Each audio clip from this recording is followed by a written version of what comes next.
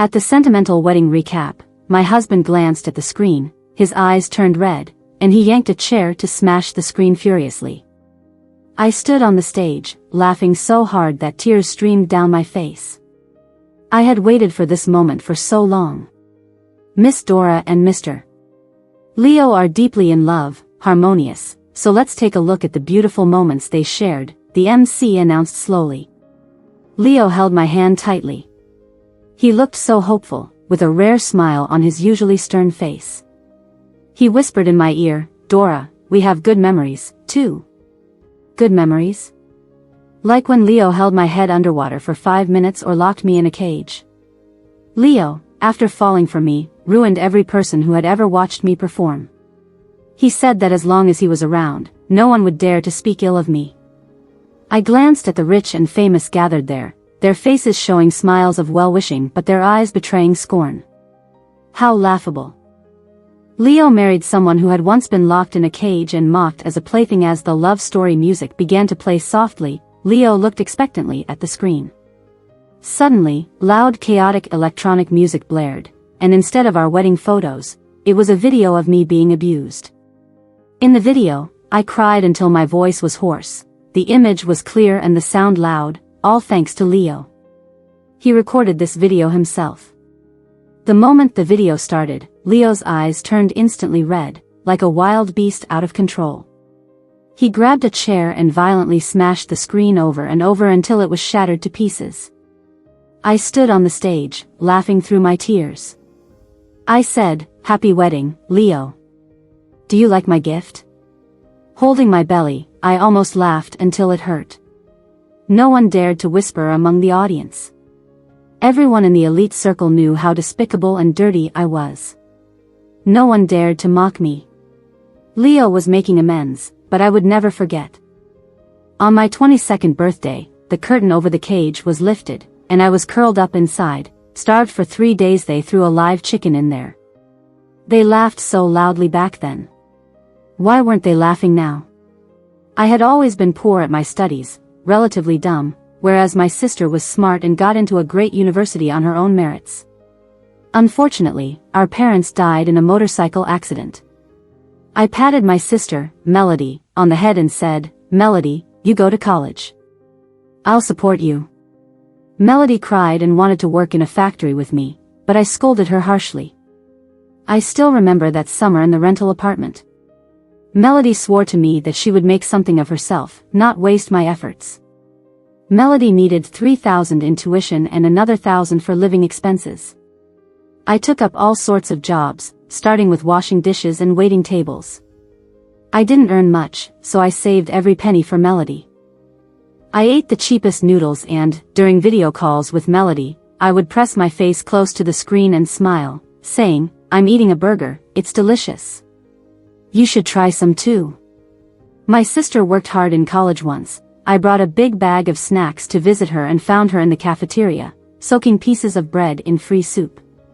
Tears flowed down my face as I walked over and ordered her a steak meal. Melody insisted she couldn't finish it. How could she? The steak was barely the size of her palm. We shared it, bite for bite. I thought then that I had to earn more. I started delivering food despite the hardships, but it paid well. When I began making more money, Mel got into trouble. It was a rainy day with heavy delivery orders. While I was racing around on my scooter, her teacher called. "Are you Melody's sister?" She got into a fight with classmates. I couldn't believe it. Melody was so quiet, you couldn't get a word out of her even if you hit her. She wouldn't even report a boy who tried to set her hair on fire when she was little. I rushed to her school on my scooter, falling once because of the slick roads, scraping my knee. I didn't even check it, just hurried inside. At school, I saw Melody standing in a corner of the office, biting her lip, tears unshed, just staring at the 3 girls in front of the teacher. Those 3 girls dressed in fancy clothes, obviously well off. They were babbling about Melody's offenses. She never joins our dorm gatherings, so antisocial. When we talk to her, she barely responds. Won't even tell us what celebrities she likes. She wakes up at 7, disturbs our sleep. We wanted to pitch in for an air conditioner, but she couldn't pay. Who can't afford an AC these days? The teacher, a man, was flustered by the girls and stammered, but locking Melody out of the dorm overnight was too much. Locking my sister out all night? I fixed my eyes on the girls. The leader, with pink-painted nails labeled Betty, blinked and muttered, "We fell asleep, how could we hear her knocking?" Seeing me, Melody's tears finally fell. She was always like this, not feeling aggrieved unless someone stood up for her. She said, red-eyed, "Sorry, Dora, I've caused trouble." I wiped her tears and said, "It's not your fault, it's theirs." Then, furious, I walked up, slammed my yellow helmet on the table, and yelled at the teacher. "How can you let them lock my sister out of her dorm and not punish them?" "It wasn't intentional, we didn't hear it," the teacher's voice trailed off. The three girls jumped, looking at me and whispering to each other. "Is she a shrew? People from the lower class really lack quality. Scary. I've never met anyone like her in my life." They all acted politely, but I was the shrew. I didn't care. I just didn't want Melody to be bullied. I said, "Well, I don't care. I brought Melody here safely, but you locked my sister outside. You owe me an explanation today." The teacher tried to calm me down, but I wouldn't let it go. Finally, the lead girl got annoyed. She walked over to me angrily and said, "It takes two to tango. Why don't any of us like Melody? Isn't it her own fault? Melody is such an honest girl. She used to cry for 3 days straight when her pet chick died. What could she possibly have done wrong?" I snapped and, in a fit of rage, slapped the girl named Betty. I never imagined that this slap would ruin my and Melody's lives forever. The girl cried and carried on, but I ignored her. I demanded the teacher switch Melody's dorm. The teacher did change Melody's dorm, and after giving Melody a few more instructions, I went home only to find a lot of blood on my knee, clotted to my pants. The wound on my knee had stuck to my pants, and it hurt like hell when I peeled it off. I just slapped some alcohol and medicine on it and fell asleep. I was woken up in the middle of the night by loud knocking. I lived in a cheap basement rental, with the landlord's family living opposite. May thought it was the landlord. But when I opened the door, 3 men grabbed me. They covered my mouth and restrained me. I smelled something like medical alcohol, then everything went black. When I woke up, I was in a filthy warehouse surrounded by dusty equipment. A man was sitting in front of me with his legs crossed, his shirt open, exposing his chest. He had high-arched eyebrows with a broken left eyebrow. He said, "Dora, you hit my girlfriend. Do you know who I am?" At that time, I didn't know who he was, so I retorted, "Yeah, I hit her." "So what? Hit me back if you want." Little did I know, he was Leo, the wealthiest, most powerful young master in the shopping district. He didn't particularly like his girlfriend, he just wanted to mess with someone. Unfortunately, that someone was me. He asked, "Which hand did you use to hit Betty?" Before I could answer, he stomped on my hand hard. I screamed in pain. He smoked a cigarette, watching me with raised eyebrows and pressing down on my hand with his leather shoe. I shivered in pain but stubbornly refused to give in. "Interesting," he said, watching me grit my teeth, cold sweat pouring down. He casually pressed the cigarette butt on my forehead. With a sizzle, it felt like a hole had been burned into my forehead. The pain made me want to roll on the ground. "You've got guts. I wonder if your sister has the same guts." When he mentioned Melody, I immediately chickened out. Melody feared pain, I didn't. I couldn't let Melody suffer because of my actions. I shook as I knelt and banged my head on the ground, begging, "It's my fault. I'm sorry. Please leave my sister out of this. It's all my fault." I kept banging my head, my mind buzzing, but I had only one thought, I had to protect Melody. "Fine, I won't touch your sister. But my anger isn't gone yet." He pulled me up, a sly smile on his face. "If you can hold back from crying, I'll let Melody go." He clapped his hands, and the 3 men surrounded me. Can't remember how I survived that day. I remember crying, writhing on the ground like a fish. I remember getting beaten, my nose bleeding heavily. At first, I could still smell the blood, but then I couldn't. They were brutal. Stomping on my hand with leather shoes, I didn't cry. Slapping my face while pulling my hair, I didn't cry. Twisting my arms painfully, I still didn't cry. Leo got impatient. This is boring, she's not even crying. Bring Melody here and torture them together. Instantly, I cried. Tears mixed with blood and dirt fell to the ground. I hugged Leo's leg. I'm sorry. I was wrong. Please, let my sister go. People like Leo were beyond my reach. His family's connections ran deep. If he wanted to ruin me, no one could save me. I did think of going to the police. But just when I was about to, Leo sent me photos of Melody. He grabbed my throat and said, I'll let you go whenever I'm done playing with you. The wealthy have endless ways to torment people. He saw me as a new toy and couldn't wait to show it off to others. At first, I didn't comply. I resisted. So he tormented me to death's door. He held me underwater for 5 minutes. Locked me in a dog cage for 3 days, throwing in a chicken to taunt me. You might think I remained defiant, gritting my teeth against authority. Sadly, I wasn't that strong or noble. I learned to submit. Only by submitting could I avoid being tormented to death. I'd swallowed my pride back in high school, and Leo eventually stopped torturing me. I endured many hardships. Night after night, I stared at the stars outside my window, calculating when I could end it all. All I wanted was for Melody to finish college, then I could die. What was the point of living? With Leo manipulating me, I couldn't deliver takeout for money. And I didn't want Melody to know my situation, so I had to beg Leo for some money. I clearly remember his mocking look that day. He grabbed my face, saying, finally asking me for something?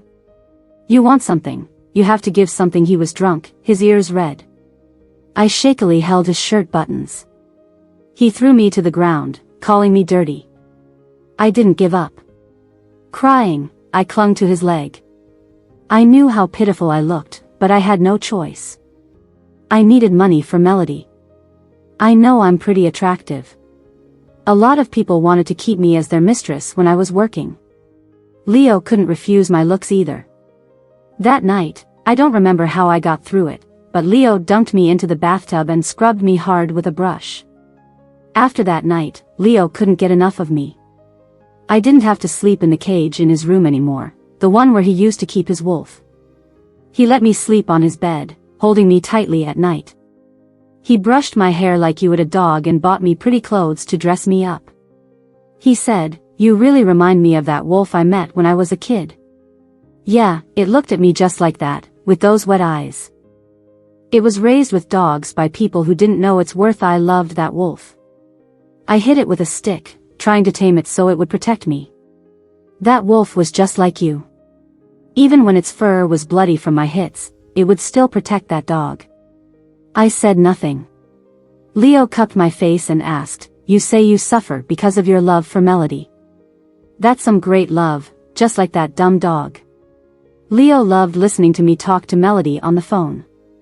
He said my voice was so soft it could drip water. He'd say, "Dora, talk to me the way you talk to her. I want to hear it." Under pressure, I awkwardly said a few words. Leo didn't feel awkward, he enjoyed it. He said, "Dora, treat me as well as you treat Melody. I need someone truly loyal around." I covered it up well. No one knew the things Leo did to me or how I lost my dignity. One moment Leo would be yanking my hair to play with me, and the next, I'd be smiling on a video call with my Melody. I'd ask Melody how she was doing. Melody said she was doing great, that everyone in the dorm treated her well, and told me not to worry. I believed her. I really believed her. It wasn't until later, after Melody jumped off a building, that I found out Betty never left her alone. Betty accused Melody of stealing money, spread rumors about her. A wad of cash turned up under Melody's bed in her dorm. The whole class isolated Melody. No one would talk to her. Before class, they'd throw her books from the front row to the back. No one teamed up with her for group projects.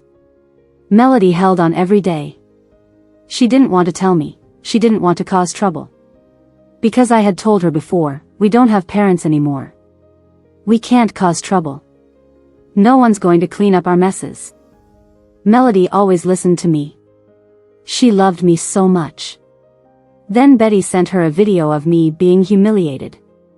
Betty said, "Look, Melody, this is your sister."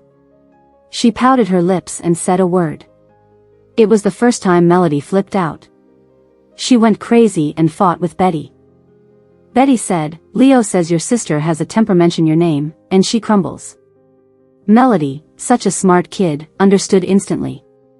She jumped from the 16th floor. 16 floors. I remember Melody once pointed to a tall building and said, "One day, I'll take you to live in a high-rise." I hugged her and said, "I'll count on you then." She jumped without hesitation. Before she did, she texted me, "I can't drag you down anymore." When I found out, I lost it. The school said Melody was depressed and brushed it off easily. I knelt at the school's gate, holding a white banner. Leo dragged me away and said, "Don't embarrass me out here." At that time, Leo didn't care much. He said, "Melody's dead. Just focus on treating me well." I snapped. I lunged at Leo and bit him hard for the first time. He kicked me aside in pain. I lay on the ground, crying my heart out. Leo, scared I was going crazy, came to comfort me, saying, "The dead can't come back. You have to look ahead." To calm me down, Leo investigated the matter. It was Betty. Leo had sent Betty the video of me as a trophy. That's why Betty could show it to Melody. Leo got someone to pin Betty down. But what use is that? Melody, my sister who didn't want to trouble me, wouldn't buy a computer for her computer science studies and used the library ones instead. The one who told me she stayed at school to study during breaks but was working part-time jobs. She's dead. After Melody died, I got a high fever. Leo called a private doctor to give me an injection. He held my burning body and said, "Dora, I won't let you die. You still have to stay with me." I didn't want to take the medicine. I secretly hid the pills in my palm and threw them under the bed. I hated this world. I hated Leo. I hated those rich people who bullied others at will. When I wanted to die, Leo asked, "Don't you want revenge?" His furrowed brow said it all. He said, "Aren't you proud? Your sister's dead. Don't you want revenge?" That one word brought me back. Revenge. Revenge. Melody was killed by 3 people. The first was Betty. Leo, wiping my tears, said, "Dora, stay with me. I'll help you get revenge." At some point, Leo stopped calling me a dog, stopped insulting me. He wanted me by his side. When he said it, it wasn't a question. He never cared about my answer. He did what he wanted. Leo said, "Dora, from now on, treat me as well as you treated Melody." He hugged my head, constantly reminding me of how important family is. Leo had no family. He always knew he had many brothers. Only the one who most resembled his father could be taken home to be the official heir. Leo's mom was strict. If Leo's walking posture was incorrect, he would be locked in a dark room as punishment. Your father wouldn't walk that fast. Walk too fast, and you'd get a stick to the shins. Pain will make you change. Leo had raised many dogs. From a young age, he would command them to bite his brothers. But when those brothers tried to kill him, the supposedly loyal dogs scattered, failing to protect him. The mom who raised him jumped out of a window and escaped as she left. She complained, "Had I known you were so useless, I wouldn't have wasted my time." That night after the attack, Leo survived, and he was brought home. He became the sole heir. After his father died of a heart attack, Leo became the head of the family. Leo's favorite wolf was never tamed by him. After Leo killed the wolf, he never raised animals again. Leo said, "Its nature is good, but it didn't choose me." After he said that, He looked at me with a dangerous glare and asked, "Dora, what do you think?" Leo was swift and ruthless. He took Betty to the warehouse I had once been to. But the people tying up Betty were not the same three who tied me up before. I asked Leo where they were. Leo's face turned vicious, and he said, "Sent away." I knew Leo had dirty deeds on his hands. Betty was filthy, her long nails painted with pink nail polish were broken, her fingers bloody, clearly tortured. Betty cried miserably, constantly begging for mercy, calling Leo's name, hoping he wouldn't be so cruel to her for old times' sake. Leo acted like he didn't hear, and ordered his men to proceed. That's when I realized how many ways they had to torture someone. They put a person in a sack and hung it up, then hit it with boxing gloves. At first, you could still hear the screams from inside the sack. Later, there was silence. My hands were trembling uncontrollably. Leo had a cigarette in his mouth and said, "Do you want to hit her a couple of times?" I shook my head, tears streaming down uncontrollably. I was terrified. Betty had some money in her family, but she didn't have much backing. If Leo decided to go after someone, he wouldn't hold back. The forces behind him were deep and powerful. When Leo saw me crying in fear, he hugged me and laughed, "Look at you, scaredy cat. Dora, you need a bigger gut to be my woman." That night, I had nightmares all night. I realized something deeply: Leo was not human. Could I ever beat someone like him? Leo did it on purpose. He purposely took me to see Betty to instill fear and maintain our relationship through threats. I had to be calm and composed. Although I had been with Leo for almost over a year, he only recently started treating me well. I knew his hands were dirty, but I had no evidence. Now was not the time to confront him. Only one word: wait. I had to bide my time by his side, like a harmless little animal, letting him caress my soft belly until I could bite him when he least expected it. There would be only one chance, a fatal blow. After Betty's disappearance, the police came by a few times. Betty's parents made a fuss a few times, but in the end, the story was that Betty had an online relationship, went abroad, and got kidnapped. No one suspected Leo. Many people died in this city, mostly from trying to illegally cross the border. After Betty died, I stayed with Leo for 2 years. For 2 whole years, I was the only woman by Leo's side. Leo was extremely controlling and possessive. After being with him, I hardly spoke to any other man. And he erased everything from 3 years ago. Anyone who had seen my performance and mocked me back then met family destruction because of Leo. Once, a woman jealous of me came up and talked about those old things. I hadn't even frowned, and she was immediately dragged away with her mouth covered. No one dared to show me any disdain. They even sent me jewelry, hoping I would say nice things to Leo. In our 2nd year together, Leo flew me on his private jet to some island where we spent 6 months. Those 6 months were so delightful for Leo. During the day, he taught me in the villa. It seemed he wanted to mold me into his ideal woman. He taught me reading. I had always been poor at studies, with bad memory and weak logic, yet Leo taught me management and finance. I didn't understand, and it brought me to tears. Leo laughed happily and said, "If you can memorize even a bit, I'll reward you." Leo's rewards were kissing, hugging, and touching me. Was he rewarding me or himself? I threw up but still tried hard to memorize. When Leo had meetings, I'd fall asleep while memorizing. When I woke up, Leo was drawing turtles on my forehead with a pen. As soon as I opened my eyes, he was a bit flustered, with red ears and a shy gaze. I said, "What are you doing? You're acting like those bad boys at school." Leo responded harshly and confidently, "I never went to school." Leo had been raised solely by his mother and had never attended school. All his knowledge came from private tutors. He lived to inherit the family business. His family was a shadowy tumor, massive and filthy. But greed attracted people to join this underground empire. Leo packed my schedule tight. He taught me how to shoot. He bought me a beautiful handgun. Standing at the shooting range, he held my hand, keeping me steady and focused ahead. He half closed his eyes, his narrow eyes revealing arrogance. He said, "See that dummy's head up there?" A bang echoed. Leo's aim was excellent. The dummy's glass head shattered instantly. I fired several shots, missing all the targets. Leo said, "Dora, you still have a lot to learn." I enjoyed learning to shoot and practiced every day. At night, the sea breeze on the island was cool, waves crashing against rocks, splashing white foam. These were rare quiet times with Leo. He would hold me tight by the sea, picking up random stones, then clutching me on the cold rocks. It was like he wanted to merge me into his body. He would call my name repeatedly, "Dora, I'm your man."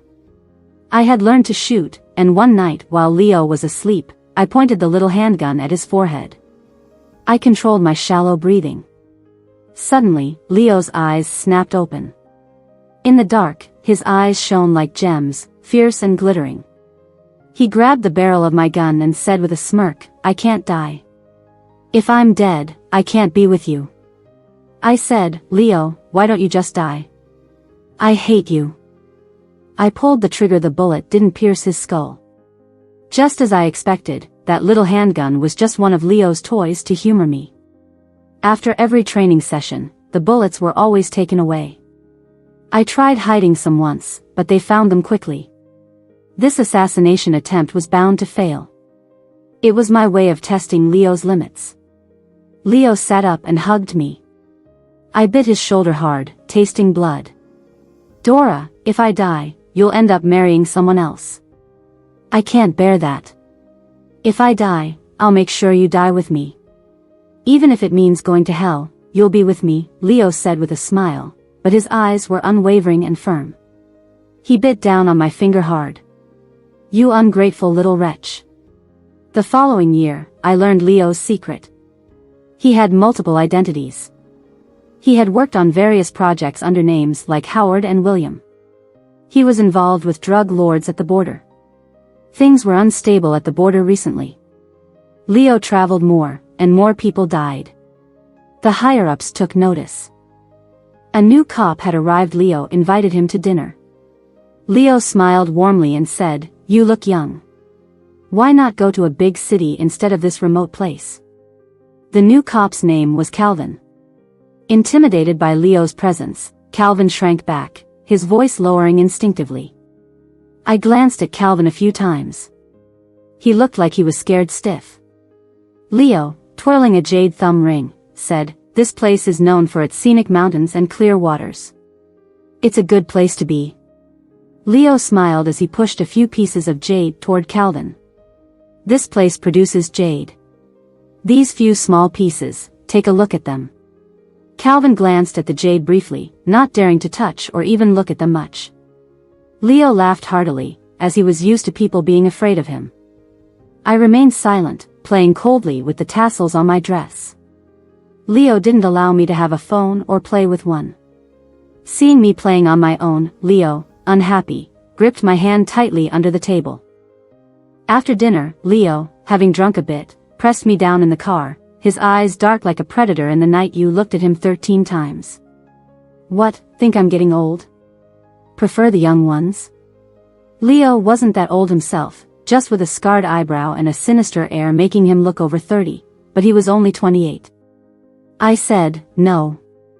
Leo grumbled jealously, a cowardly wimp. "When I speak, he's too scared to even breathe. Is that worth looking at?"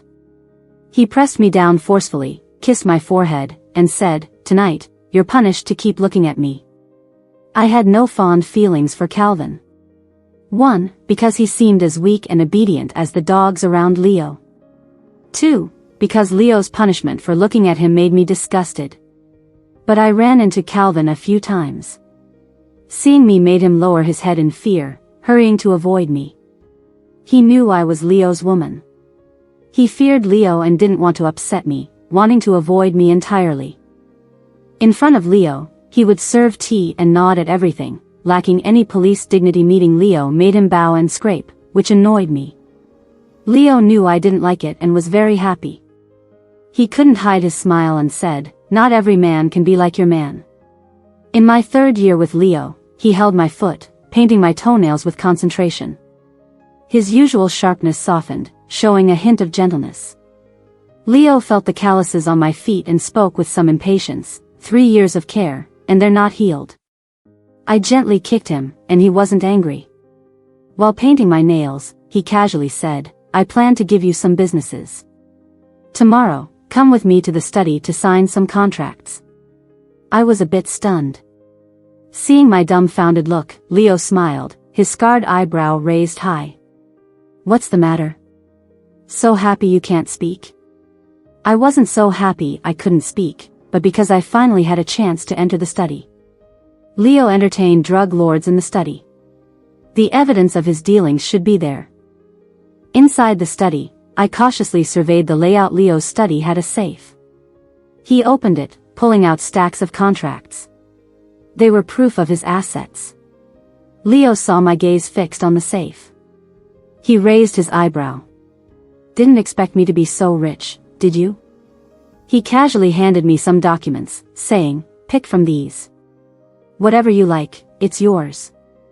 All of them, I said, looking at Leo. I thought he'd frown, but he affectionately pinched my face and handed me a pen to sign.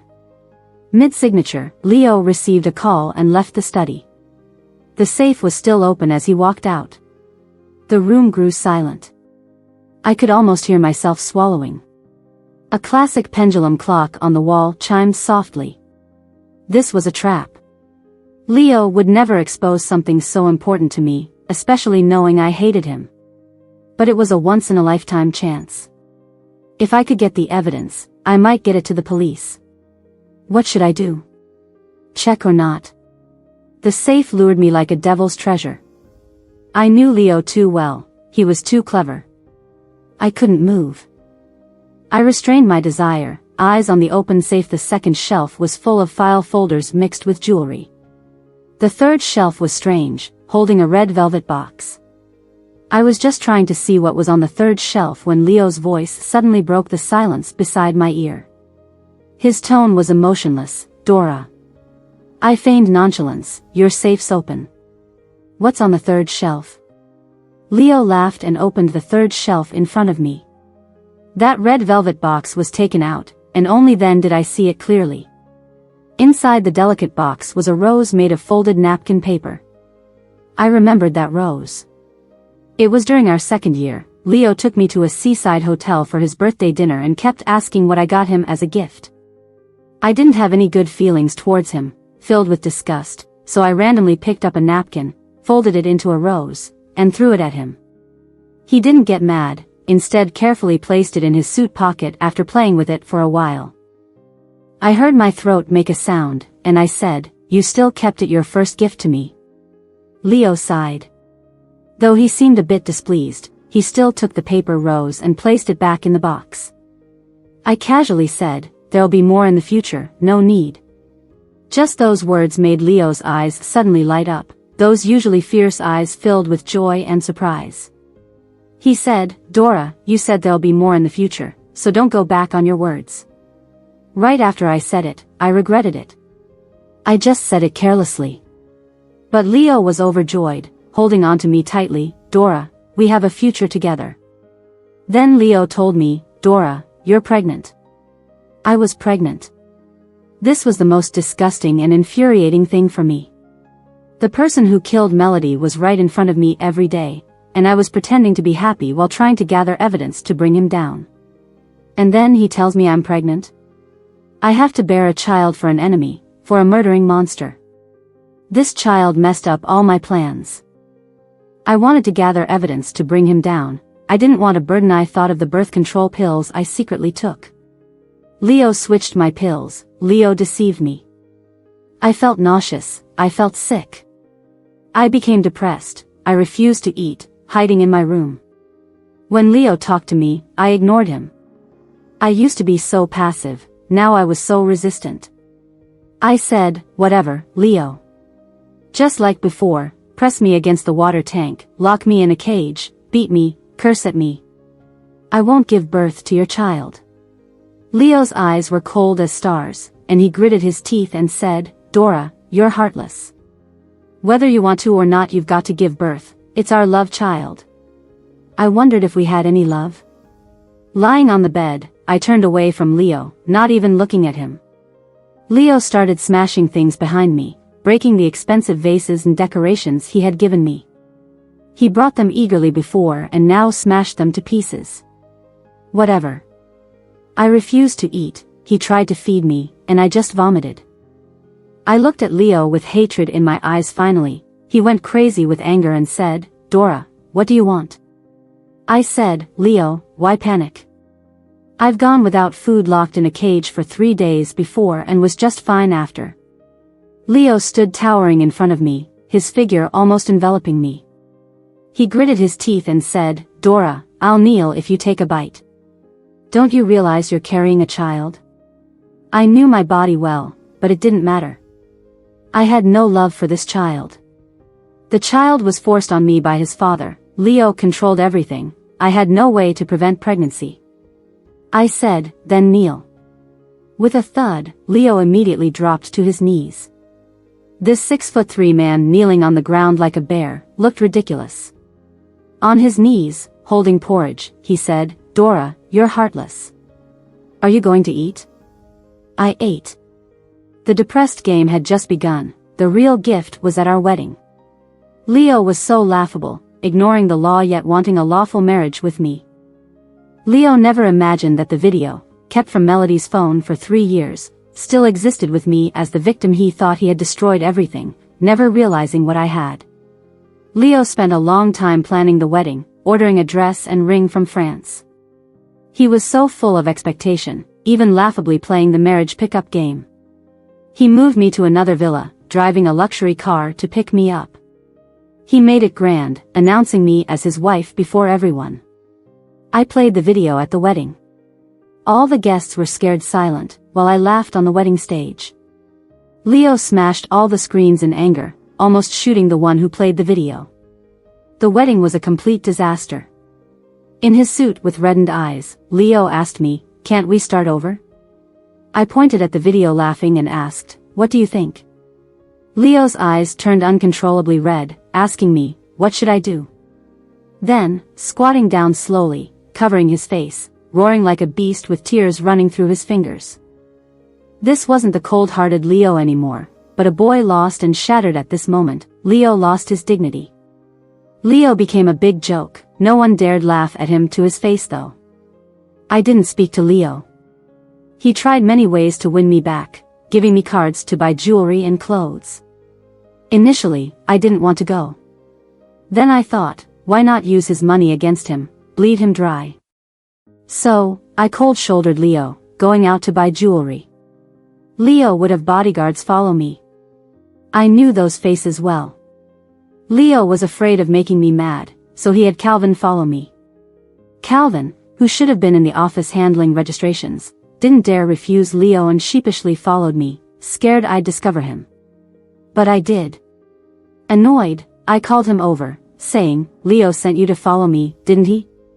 Then stop hiding and follow me openly."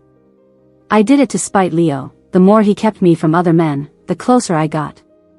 Calvin drooped his head, saying nothing. I handed him the receipt. "Go pay for this." Calvin took the ticket to swipe it. He rushed back to show me the ticket after swiping it, but I didn't have a good feeling about the people around Leo. I took the ticket casually but then suddenly froze. There was a small piece of paper lightly stuck to the back of the ticket. It said, "I know you hate Leo too. Please help me." I quickly looked up at Calvin, who still had his timid and honest expression, but his eyes were extraordinarily bright. Looking into those eyes, I carefully crumpled the paper and stuffed it into my sleeve, then subtly nodded. Leo's bodyguards were waiting for me outside the shop. I said, "Calvin, I want to buy some clothes for Leo, and you two are about the same size. Can you try them on for me to see?" Calvin nervously nodded. After he went into the fitting room, I headed towards the bathroom, then slipped into the fitting room using the blind spot of the camera. In the cramped fitting room, I could hear Calvin's calm breathing. Lowering my voice, I asked, "What's up with your note? I attended your wedding with Leo and realized you're on my side. I am an undercover cop. Leo is colluding with drug lords, and our higher-ups are investigating, but we need evidence to arrest him. Calvin quickly explained, his timid look replaced by firmness and calm. I feel the same. I always want to kill Leo. What do you need me to do? I asked. Calvin replied, based on my investigation, Leo has an important deal in a week. Can you go with him? Calvin sounded hesitant. He knew Leo liked me but couldn't guarantee Leo would take me. Leo is very cautious. Without evidence, we can't arrest Leo. I had to find a way to the deal site. Constantly fighting with Leo wasn't getting us anywhere, so I had to bite the bullet and give in. I had Calvin buy 2 bottles of wine, spiked with a sleeping drug. Leo can drink a lot and rarely gets drunk. When Leo came back that night, I was waiting for him on the sofa. He entered quietly, afraid of waking me. Seeing me, he was surprised and asked, "Why aren't you asleep?" I frowned and said, "Why are you so late?" My tone was impatient and angry. Calvin had mentioned that men tend to seek comfort from other women during cold wars. Did you go see someone else? I grabbed his tie and said harshly, "Leo, you've ruined me, and now you're looking for another woman?" My accusations left Leo stunned for a moment. He quickly realized what I meant. Instead of getting angry, he looked pleased. He grasped my hand and said, "Dora, you heartless woman, who else do I have besides you?" I wriggled in his arms and acted annoyed. How would I know? You're Leo. I sniffed him and said, "You smell of infidelity." Seeing my cat-like behavior, Leo burst into laughter. Hugging me, he said, "Dora, you're jealous." I love it. Ignoring him, I picked up the poured wine to drown my sorrows. Leo extended his arm to grab my glass, frowning, "You're pregnant. Don't drink." Saying that, he gulped down the wine on the table. I reached to grab more, but Leo teased me by withholding the glass, pretending to be upset. I grabbed the bottle and poured it directly into my mouth.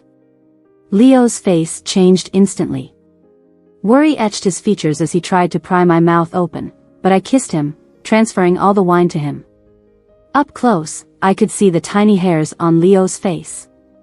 His pupils were dilated, like a dumbfounded snake. Leo cursed me jokingly, but held me tight. I warmly let Leo carry me to the bedroom. After that, Leo and I reconciled, returning to our previous intimacy. I started acting jealous and suspicious. Surprisingly, Leo liked it.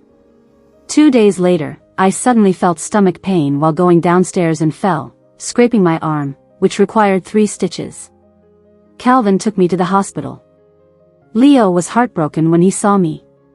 He angrily said, "I'll blow up that staircase and fire those bodyguards. How are they watching over you?" I said, "It's all your fault." My stomach hurt suddenly, probably because of your antics a few days ago. Leo seemed guilty. He rubbed my belly apologetically and said, "I'm sorry. For the first 3 months of my pregnancy, Leo caused me trouble." The doctor almost scolded Leo to death. "How are you a husband? Don't you know you shouldn't have intercourse in the first 3 months?" Luckily, the mother is okay this time. Had anyone else scolded Leo like that, he would have shot them. But this time, Leo meekly admitted his mistake like a guilty schoolboy. After that mistake, Leo felt guilty. When he told me he needed to leave for a while, I feigned anger. "I'm coming with you." Leo looked troubled. I held on to him, saying, "I'm pregnant. How do I know you won't sneak around during this time? We're a couple, what can't I go with you for? I'm your wife." My words made Leo very happy. He took me to a drug deal scene. He was wary when he got there and took my phone away. But he didn't know that the undercover cop next to him had given me a bug. Hidden in my brooch, the red rose brooch, was a gift from Leo. He had it custom made in France for a lot of money. He would never have guessed that the gift he gave to win my favor would be the weapon to bring him down. The drug dealers froze when they saw me and looked displeased. Some even seemed restless. Leo glared at them, and everyone around him drew their guns. Leo's face turned stern, and he loudly declared, "This is my wife, Leo's wife. If you recognize me, you have to recognize her. If you recognize me, you have to recognize her." With that, the atmosphere eased a bit and the drug dealers started the process. I pretended to be affectionate and leaned against Leo. Halfway through, I yawned and deliberately called out, "Leo." Leo leaned in slightly and whispered, "Dora, it's almost over. I didn't want to bring you here because it's boring." I snorted and casually played with Leo's fingers. Leo's face didn't show it, but his ears turned bright red. For someone who kills without hesitation, he now looked like an innocent boy. Every conversation was recorded in my brooch. When we got back, I tossed the brooch aside. Calvin would figure out a way to get it. With the evidence collected, the arrest operation began.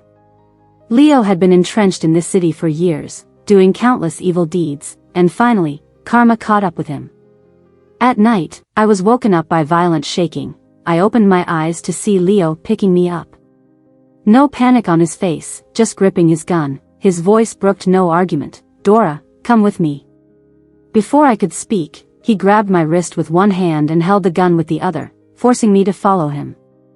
I knew the police were here to arrest Leo.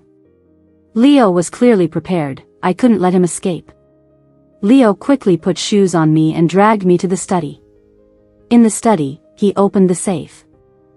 I thought he was going for jewelry, but he took out a paper-folded rose and put it in his shirt pocket. Then, with one hand holding the gun and the other tightly gripping mine, he rushed to the garage.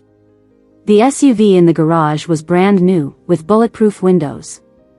As soon as I got in, an explosion erupted behind me. I turned to see our villa's interior blowing up. "A self-destruct system," Leo explained. We drove the SUV toward a jungle village 5 kilometers away. In the dim car, only his heavy breathing could be heard. Approaching the forest, the car could go no further. Leo opened the door and helped me out. I looked up to see a vast jungle ahead. It was near the tropics, with tall trees blocking out the sky. Leo pulled me into the jungle. Holding his gun, he said, "A bit further, and we'll reach the border. We'll escape the country." Leo didn't ask why the police were after him. He seemed to understand it all. He looked at me, his eyes full of bitterness. "I'm now a wanted man in this country, Dora. You're with me." Meth jungle was unbearably hot, the path filled with branches, roots, and layers of muck. It was hard to walk, and I was physically weak, panting after a few steps. I sat down, refusing to move, but Leo carried me on his back.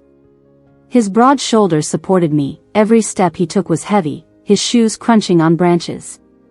As I lay against his back, I asked, "Leo, how long will it take?" "2 days. I'll carry you." "I won't get tired," Leo said. Leo carried me all night. By evening, he pulled out a chocolate bar and handed it to me. Just one piece of chocolate, which I had casually put in his pocket yesterday. I asked, "What about you?" Wiping sweat off his forehead, he said, "I'm not hungry." From long without food and water, Leo's lips were dry and even cracking. Under the moonlight, he didn't complain, but his resolute face showed a hint of tenderness. I calculated when the police would find me and began to worry. Will Leo really escape?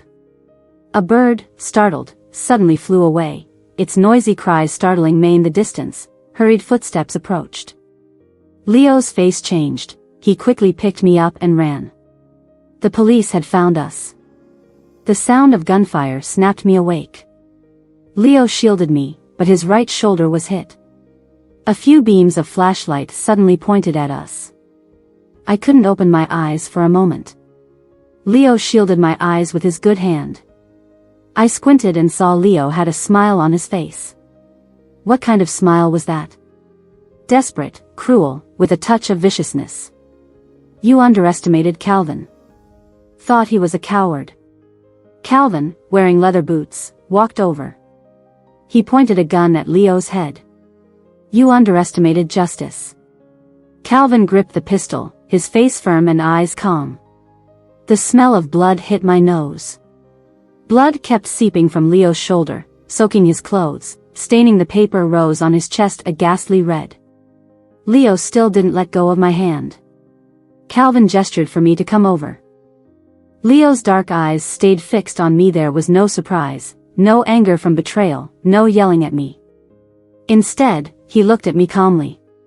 He asked me softly, "Now, you've gotten your revenge. Did you ever love me?" His lips were pressed tightly, seemingly eager for my answer, yet as if he already knew it. I bit my lip. Before I could answer, Leo let out a bitter laugh, as if he had known the answer all along. He seemed to relax, his previously tense shoulders slumping a bit. Suddenly, Leo raised his left hand. At some point, he had switched the gun to his left hand.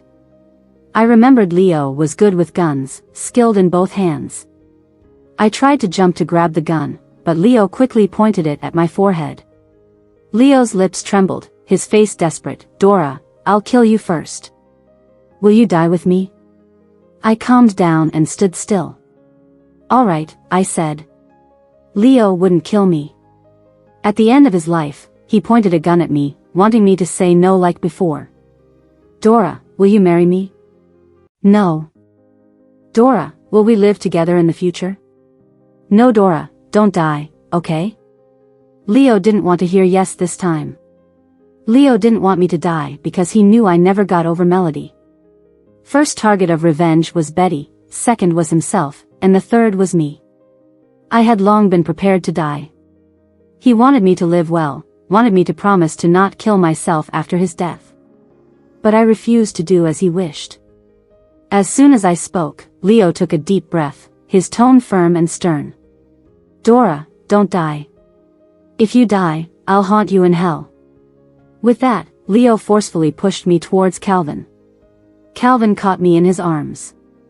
Standing next to Calvin, I looked at Leo sitting under the tree.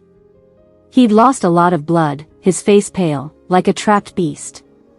Only his broken eyebrow was still tightly furrowed. He raised the gun in my direction and shouted, "Dora, close your eyes. Calvin, cover her eyes." Before I could respond, Calvin's hand quickly covered my eyes. In the darkness, I heard a bang. Then Calvin turned me around with his hand still over my eyes. I heard the commotion. Someone whispered, "Leo's dead." I forced a smile. Calvin's hand rested on my shoulder. He said, "Dora, you're crying.